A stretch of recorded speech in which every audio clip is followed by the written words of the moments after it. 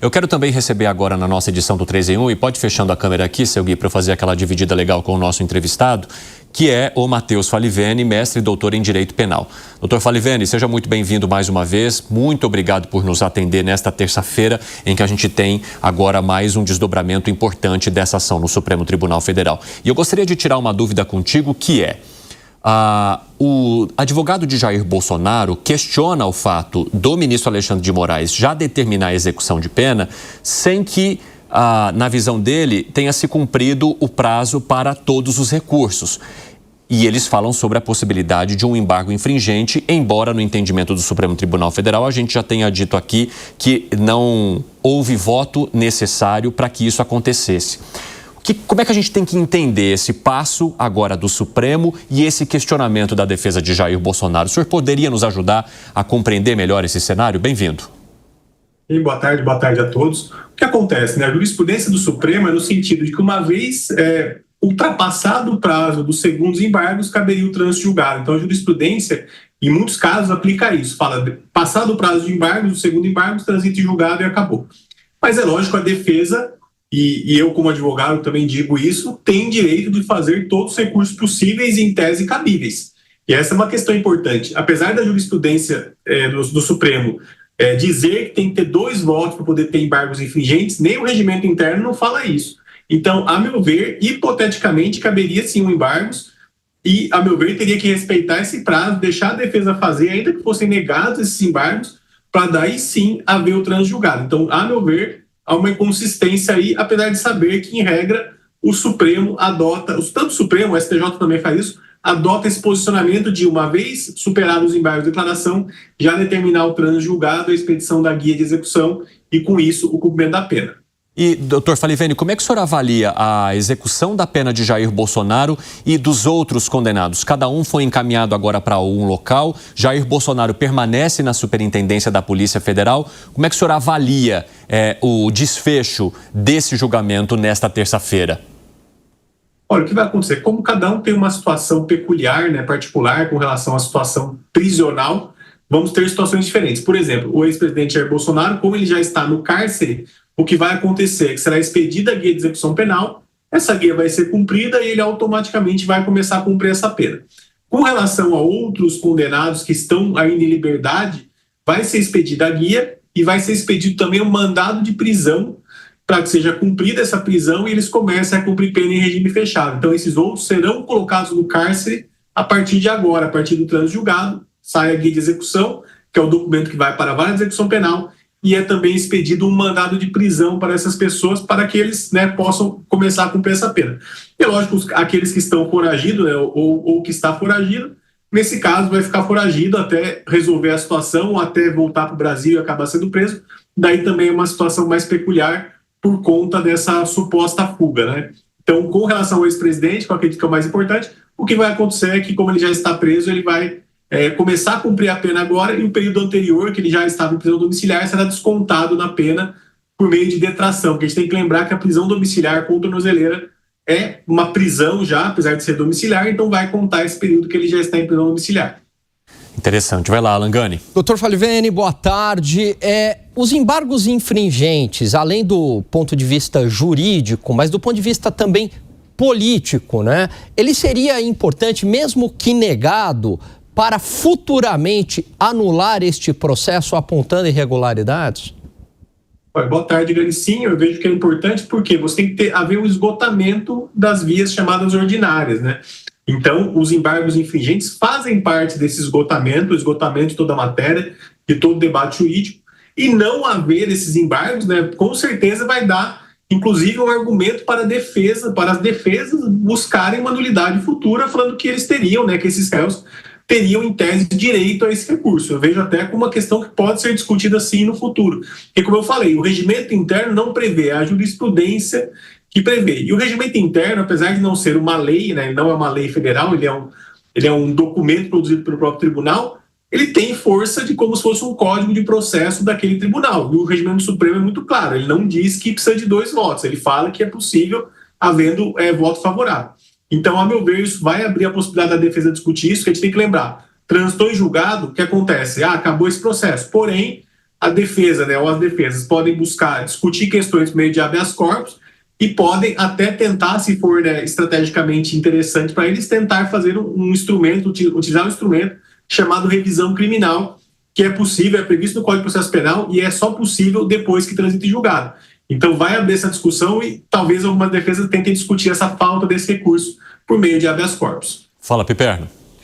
Doutor, boa tarde. Eu acho que foi muito importante o esclarecimento que o senhor fez, porque é bom que seja, de fato, explicado que há uma jurisprudência e a decisão tomada não diz respeito único e especificamente ao processo Bolsonaro. Não foi um tipo de decisão inventado agora como forma, como um mecanismo meramente punitivista ao ex-presidente.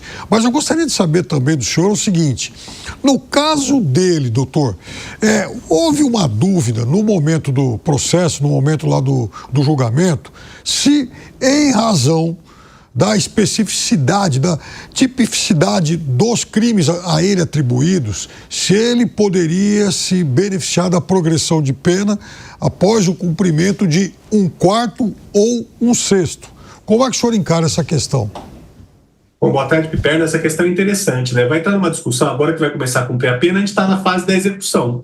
E daqui a algum tempo, o ex-presidente, assim como os outros réus condenados, vão ter direito à progressão de regime. A meu ver, nesse caso, o período, né, o lapso para a progressão será para a progressão do regime fechado para o semiaberto, e depois começa um novo prazo para o aberto, então é por fase, né, a progressão. A meu ver, esse lapso é de 1/6 da pena, que hoje seria 20%, né, que a lei de execução coloca, que é 1/6. Então, cumprido 1/6, ele terá direito a progredir para o regime semiaberto, e depois, cumprido mais 1/6 do que restar da pena, ao regime aberto. Então, ao meu ver, tem essa discussão sim, o Supremo vai ter que enfrentar esse debate quando chegar o momento de progressão desses réus, mas, a meu ver, o lapso aí, nesse caso específico, é 1/6, 20% da pena. Fala, Gani, de novo. Falivene, mais uma pergunta, né? Na Operação Lava Jato, com a anulação do processo do presidente Lula, foi baseada basicamente na suspeição do juiz Moro, à época, e também no foro inadequado, né? O processo começou em Curitiba e deveria ser em Brasília. Neste processo, o senhor encontra alguma grande fragilidade? Qual seria essa fragilidade, se existir? Evidentemente que lá na frente poderia anular o processo, assim como ocorreu com o presidente Lula? Tem, a meu ver, existem fragilidades. Acho que a primeira é uma questão parecida, que é a questão da competência, tá? É lógico, o Supremo diz nos votos, né, diz nos julgamentos que o fato do Supremo ter sido vítima, né, o Supremo como instituição, atrairia a competência do próprio Supremo para julgamento. Eu vejo com ressalvas essa interpretação, é uma interpretação possível, mas eu vejo com ressalvas. É lógico, aqueles réus que tinham foro de prerrogativa de função no momento do cometimento do crime teriam direito de ser julgados pelo Supremo, mas outros réus que não teriam mais foro de prerrogativa, a meu ver, teriam que ser julgados pela primeira instância. Então, esse ponto vai ser discutido. E outro ponto também que eu vejo que é possível ser discutido no futuro, hoje não teria muito estrategicamente como se discutir isso, mas talvez no futuro seja a própria imparcialidade do relator e de outros ministros que participaram do julgamento, que foi discutido também, de certa forma, no caso do presidente Lula. No caso dele, também foi discutida a parcialidade do Sérgio Moro como juiz, no sentido de que ele teria atuado de forma bastante acusatória, né, não como juiz. E eu vejo que, nesse caso, considerando que o Brasil atualmente adota o sistema acusatório e o juiz não pode ter uma participação tão efetiva no processo, eu acredito que, no futuro, as defesas tentarão discutir esses dois pontos como pontos principais para uma eventual tentativa de anulação desse processo. Vai lá, Zé Maria Trindade. Eu queria saber exatamente sobre essa diferença do que o senhor está acostumado das varas de execuções penais e do direito penal e este julgamento e essa decisão do Supremo Tribunal Federal. Agora há pouco, doutor, eu alertei de que a VEP do Supremo é o próprio Supremo, quer dizer, o ministro Alexandre vai conduzir esse processo até o fim, inclusive progressões e tudo mais, visitas, saidinhas e tudo mais. Quer dizer, eu queria que o senhor traçasse a diferença e por que tão diferente assim. Quer dizer, um juiz que condena não pode ser a VEP daquele condenado, né? Sim, exatamente. Bom, boa tarde, Zé Maria. O que acontece? Qualquer processo que transite em julgado, é expedida uma guia de execução. A guia de execução é um documento, é uma comunicação do juiz do processo que condenou, o processo de conhecimento, para o juiz da execução penal, que é outro juiz. Porque a gente tem que lembrar que o juiz da execução penal é um juiz, em regra, vinculado a, digamos, a localidade que a penitenciária que a pessoa vai cumprir pena está. Então, por exemplo, a Papuda, uma penitenciária de natureza estadual, um juiz da execução penal estadual. Penitenciárias federais, juiz da execução penal federal, por exemplo. Então, geralmente, casos que vêm julgados no Supremo, né, ações penais originárias, quando eles descem para cumprir a pena que a gente fala, né, quando o processo desce, a pena é executada perante a vara da execução criminal. Aqui em São Paulo, por exemplo, nas VECs aqui de São Paulo, do Foro Criminal da Barra Funda. Então, o que acontece, a meu ver, aí é que há também um problema de competência aí com relação à execução, porque caberia ao juiz da vara de execução da localidade em que ele estiver preso, aí no caso, se continuar preso da Polícia Federal, ao juiz da execução federal de Brasília, a fazer esse julgamento, e não ao ministro Supremo, porque o Supremo ele tem competência em tese para as ações penais originárias, mas, a meu ver, não tem competência para execução de pena. Ele não pode ser um juízo da execução. Ele pode ser um juízo de conhecimento em algumas circunstâncias, porém não um juízo da execução. E eu não vi isso acontecer em nenhum caso. Realmente, esse é um ponto que eu, na minha experiência, nunca vi acontecer, mas eu vejo que o ministro Alexandre de Moraes acaba também atuando como juiz da execução nesses casos para manter a competência e talvez evitar que juízes de primeira instância tomem decisões diferentes ou acabem, digamos, liberando ou dando benefícios que ele não queira dar a esses condenados. Então, acho que é por isso, entendo que seja por isso, porém, a meu ver, aí tem um problema por falta de competência do Supremo para a execução penal. Doutor Falivene, eu queria ouvir também a avaliação do senhor sobre mais um, digamos, processo histórico envolvendo esse julgamento no Supremo Tribunal Federal, que é a condenação e a prisão de generais do Exército por golpe de Estado. Como é que o senhor avalia esse período da história e os motivos, então, que, diferentemente do que aconteceu lá atrás, durante a ditadura, agora sim pune esses generais do Exército por golpe de Estado e tentativa de abolição do Estado Democrático de Direito? Olha, esse é um ponto bem interessante, porque, assim, em termos civilizacionais, é lógico que é muito importante se punir, ainda mais funcionários públicos de alto escalão, digamos assim, como generais, né? São pessoas que têm muito poder, têm comando de forças armadas, etc. Isso é importante em tese. É lógico, esse julgamento tem muita discussão, tem muitos aí pontos que serão debatidos, mas é um momento histórico, porque aconteceu isso. A gente não sabe ainda se haverá uma anistia ou não. A gente tem que lembrar que, com relação à ditadura militar, houve uma anistia assim que ela estava terminando, né? Foi aprovada uma lei de anistia que anistiou de forma irrestrita para os dois lados, digamos assim, e com isso não aconteceram julgamentos sobre os fatos que tinham acontecido, nem do lado daqueles que tentavam lutar em tese contra a ditadura e nem também daqueles que a apoiavam. Então, a gente está numa situação nova, né? Tudo que está acontecendo nesse processo é muito novo, não só porque a gente tem um ex-presidente sendo julgado por golpe de Estado, tentativa de abolição do Estado Democrático, porque a gente tem também altos funcionários públicos, né, comandantes da ABIN, generais, né, que são membros do mais alto escalão das Forças Armadas. Então, isso é tudo muito novo. Eu acho que é importante, mas, a meu ver, sim, houveram erros, e esses erros vão talvez ser trazidos à tona novamente daqui a algum tempo em tentativa de se anular esse processo ou de tentar fazer uma revisão criminal para rediscutir toda essa questão. Então é importante, porém, a meu ver, talvez teria que ter tido, pela importância, talvez o Supremo tivesse ter tido ainda mais cautela nesse julgamento para evitar essas futuras discussões, porque pode acontecer de vir no futuro essa discussão e o processo acabar anulado, assim como já aconteceu, por exemplo, com o caso do presidente Lula. Sim, vamos lá com o Bruno Musa agora. Vai lá, Musa. Muito boa tarde, doutor. Prazer falar contigo novamente. Veja, eu tenho na minha família dos dois lados bastante gente de advogado que vive, operador do direito há muitos anos e que vem me relatando a dificuldade hoje em dia e até perder a vontade, porque esquece esquerda ou direita. Qual é a regra a ser cumprida? E, portanto, gastar noites a fios dando um parecer técnico não significa mais absolutamente nada. Estou repassando palavras dele porque eu não sou operador do direito. A minha pergunta aqui, deixando de lado a parte política e ideológica, como é opinar ou acreditar no que pode acontecer quando as regras simplesmente não são mais respeitadas, independente do espectro político e ideológico? Boa tarde, Musa. Esse ponto aí é um ponto bem interessante. Você falou uma coisa que é verdade. O que acontece aqui no Brasil é que a gente não tem mais hoje, eu diria, o direito hoje ele não é mais legalista aqui no Brasil, ele é muito principiológico. Já de umas décadas para cá, vou dizer já de uns 20 anos para cá, o direito ele deixou de ser legalista para ser principiológico. Isso no começo parecia bom, parecia uma coisa boa, porque pelas questões aí todas de problemas sociais que o Brasil tem, né, desigualdade social, parecia ser uma coisa interessante. Porém, com o tempo, isso levou a um ativismo muito grande do Poder Judiciário e do Ministério Público também. Mas é lógico, esse ativismo do Judiciário e do Ministério Público acabaram levando, digamos, a um afrouxamento da legalidade, de tal forma que hoje, no processo penal, mas não só nele, no direito em geral, mas especialmente no processo penal, você não tem mais assim, uma interpretação, você não tem mais um norte interpretativo. Tá? Então, na prática, você muito que não sabe o que é certo e o que é errado. Tanto que se dizem que hoje é muito difícil você ensinar processo penal, por exemplo, nas faculdades.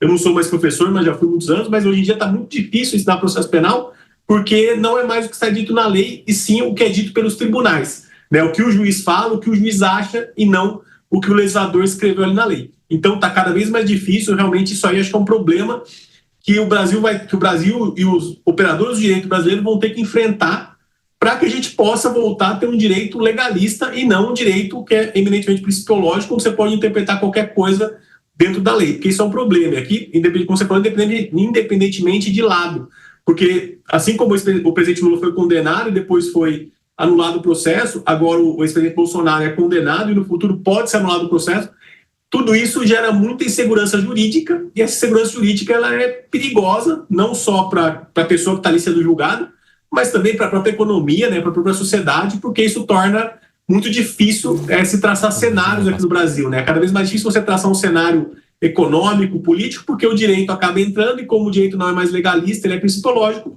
acaba podendo ser qualquer coisa, e isso realmente é muito difícil. Doutor Falivene, eu queria saber a sua avaliação também sobre os argumentos voltados ao estado de saúde de Jair Bolsonaro. Em quais situações se consegue reverter uma prisão, no caso em regime fechado, para um regime domiciliar, quando o assunto é saúde, e o fato de haver uma equipe médica que estaria à disposição de Jair Bolsonaro aumenta a garantia de permanência na superintendência da Polícia Federal a partir das experiências que o senhor já teve?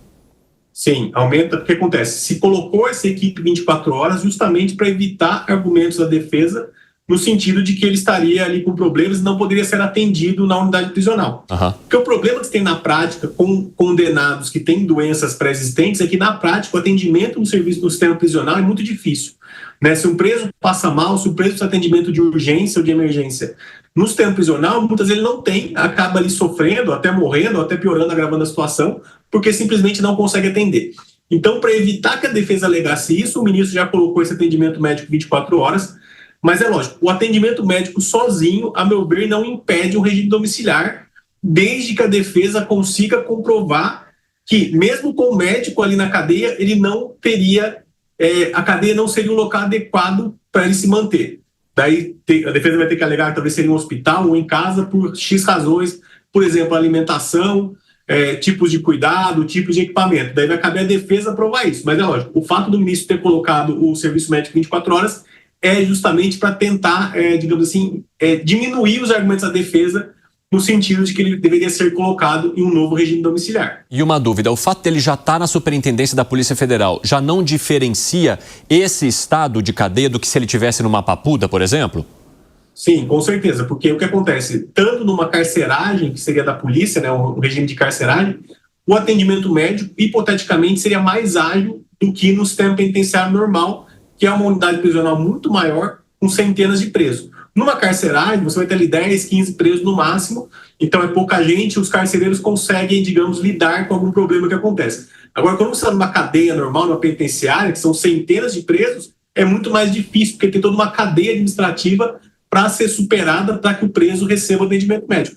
Então, também por isso, eu acredito que o ministro tenha mantido ele na carceragem da PF, porque ali um atendimento médico, algum problema, é muito mais ágil de ser lidado do que, por exemplo, numa cadeia, onde isso vai levar numa penitenciária, isso levaria horas para acabar tendo uma solução. Então, dentro das opções que estavam possíveis para uma autoridade pública, como Jair Bolsonaro, ex-presidente da República, com os problemas de saúde que ele tem, a carceragem da Polícia Federal seria, entre aspas, o melhor lugar. Eu estou dizendo melhor lugar, pessoal, em comparação com outros tipos de presídio, tá? Porque, obviamente, que não existe um lugar melhor para se ficar preso, até porque essa é uma situação bastante delicada. Mas entre todas as opções, eu aproveito aqui e recebo o pessoal da rádio, que chega agora. Bem-vindo você que nos ouve, é muito bom ter vocês aqui no nosso 3 em 1, eu sou o Evandro Cini, estou aqui conectado com o doutor em Direito Penal Matheus Falivene e nós estamos tirando todas as dúvidas relacionadas à execução da pena anunciada hoje pelo ministro Alexandre de Moraes para o ex-presidente Jair Bolsonaro e os outros condenados ali no Supremo. E doutor Falivene, então,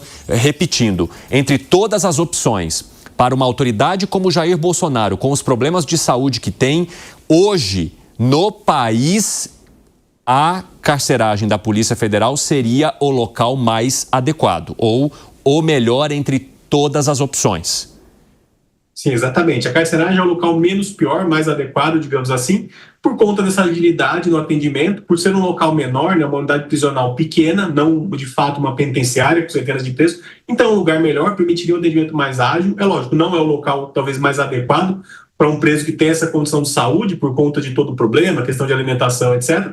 Porém, dentro do sistema prisional, acredito que é muito melhor uma carceragem do que uma penitenciária como a Papuda, porque realmente numa penitenciária, como você tem várias barreiras administrativas, ou melhor, várias instâncias administrativas, o atendimento médico para um preso é muito mais demorado do que numa carceragem, onde simplesmente o carcereiro olha ali, está passando mal o preso, o delegado já autoriza a tirar e já dá o atendimento. É muito mais rápido, é muito mais ágil, são muito menos instâncias que tem que se passar para ter o atendimento. Então, dentro das circunstâncias que nós temos, é o local mais adequado para o momento. É lógico, a defesa vai tentar talvez combater isso com argumentos, né?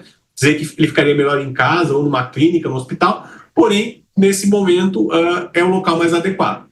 Fala, Gani. Doutor Falivene, ainda no tema carceragem, pelo fato de Jair Bolsonaro ser um militar e os demais integrantes ali também, vários militares, não era para eles estarem cumprirem pena numa prisão militar? Não há essa discussão do ponto de vista jurídico? Existe a discussão que acontece. Os membros de Forças Armadas, tanto pelo Código de Processo Penal quanto pela Lei de Execução Penal, né, pessoas que têm risco, né, assim, o que a Lei de Execução Penal fala é que pessoas que têm risco à integridade ficam separadas. Esse tipo de agente público já entende-se que há risco. E segundo, o Código de Processo Penal determina, né, no caso de prisão preventiva, mas isso se aplica também à prisão-pena, que esses tipos de, digamos, de funcionários públicos, como os servidores das Forças Armadas, fiquem presos de preferência nos quartéis, até perderem a patente. Se acontecer, por exemplo, a perda de patente, daí iriam para uma unidade prisional comum. Mas enquanto houver a patente, enquanto for mantida a patente, em tese ficariam presos em unidades militares. Com relação ao Bolsonaro, né, o ex-presidente Bolsonaro, em tese ele poderia ficar preso sim num quartel, poderia sim se preparar um quartel para que ele ficasse preso no quartel, porém acabou se optando pela Polícia Federal. A meu ver, na prática, não haveria tanta diferença assim de um local e outro, apesar de ser uma prerrogativa do militar. Com relação aos generais que serão eventualmente presos, ou que já estão presos, ou que serão presos agora para cumprir a pena, acredito que, como aconteceu já com o general que está preso, eles serão colocados em unidades militares, né, nas carcerárias de unidades militares, enquanto tramita o processo de perda da patente. Daí, se acontecer a perda da patente, que é muito provável que aconteça, daí sim, quando isso acontecer, eles serão encaminhados para uma unidade comum, mas mesmo assim serão provavelmente separados, porque por terem sido militares, serem funcionários públicos, serem pessoas que atuaram, digamos assim, nessa parte política também, não seria prudente para a administração penitenciária colocar essas pessoas no convívio, que é colocar junto com outros presos. Então, mesmo que eles vão para um presídio comum no futuro, acredito que ficarão separados, talvez em unidades, em celas como as que o Bolsonaro está, né, individuais, sem muito contato com outros presos, para evitar qualquer problema, evitar qualquer risco ou qualquer tipo de retaliação ou ameaça de outros presos. Doutor Falivene, eu já agradeço desde já a sua permanência conosco aqui, mas a gente tem mais dúvidas para passar para o senhor. Vai lá, Fábio Piperno. Ô, doutor, quando se comparam as condenações do presidente Lula, as do presidente Bolsonaro e as possibilidades de recurso e depois a posterior anulação do processo do presidente Lula no Supremo, o senhor não acha que há o pecado da assimetria? Porque, na verdade, A condenação do presidente Lula aconteceu em cortes inferiores, o processo subiu, chegou ao Supremo, que revisou o que havia sido feito lá atrás. Ao passo que, no caso do presidente Bolsonaro, seria necessário que o Supremo revisasse aquilo que ele mesmo, o Supremo, fez. Isso realmente é um problema, há essa simetria sim. Lembrando, o caso do presidente Lula, ele veio uma questão de corrupção, né, crime de corrupção, no caso passiva, veio subindo da primeira instância, depois Tribunal Regional Federal, depois STJ, chegou ao STF em vias de habeas corpus e daí acabou sendo anulado. Quando você tem um julgamento de ação penal originária que o próprio Supremo condenou, é muito mais difícil você conseguir uma anulação primeiro, porque essa anulação tem que tramitar primeiro no próprio Supremo. Mas tem que lembrar que os habeas corpus do presidente Lula vieram subindo, né? Começaram no Tribunal Regional Federal, vieram subindo, depois STJ, STF, até chegar no STF e, por fim, haver anulação. No caso do ex-presidente Bolsonaro agora, teria que ser direto no STF, não teria essa opção de começar pelas instâncias ordinárias, então é mais limitado, e dependeria de uma mudança de composição do Supremo. Por isso que eu entendo que, estrategicamente, não seria interessante para a defesa do ex-presidente Bolsonaro fazer agora um habeas corpus ou uma revisão criminal, porque com essa composição atual do Supremo, dificilmente se mudaria esse resultado. Talvez daqui a alguns anos, se mudar a composição do Supremo, ou se os ministros mudarem os posicionamentos, que foi de certa forma o que aconteceu também no caso do Lula, né, que os ministros acabaram mudando de ideia com relação a alguns pontos que eles tinham anteriormente julgado. Se acontecer isso, pode ser que daí seja interessante para a defesa. Mas com certeza, pensando nisso, nessa parte estratégica, né, de efeito primazia, de como um juiz dificilmente volta atrás da sua decisão, com certeza a defesa do ex-presidente Bolsonaro terá um caminho bem mais difícil aí, porque ele vai ter que achar esse momento estratégico certo de fazer essas ações para tentar anular ou tentar absolver o ex-presidente.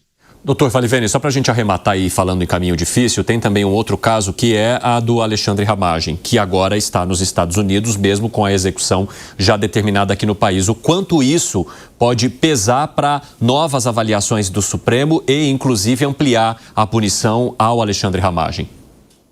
Olha, o caso do Ramagem é um caso interessante. Ele, pelo que está sendo noticiado, ele está pedindo asilo nos Estados Unidos, como outros já estão tentando. É lógico, é direito dele pedir asilo, assim, ninguém é obrigado a, digamos, se entregar. A pessoa pode tentar buscar asilo, tentar combater uma prisão que entende ilegal.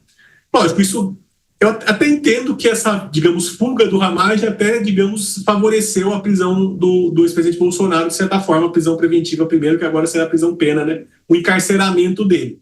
Né? Tem réus fugindo, então também o Bolsonaro vai fugir, então vão prender eles. Então, tem esse problema. Para o Ramagem em si, pode ser que ele consiga o asilo ou não.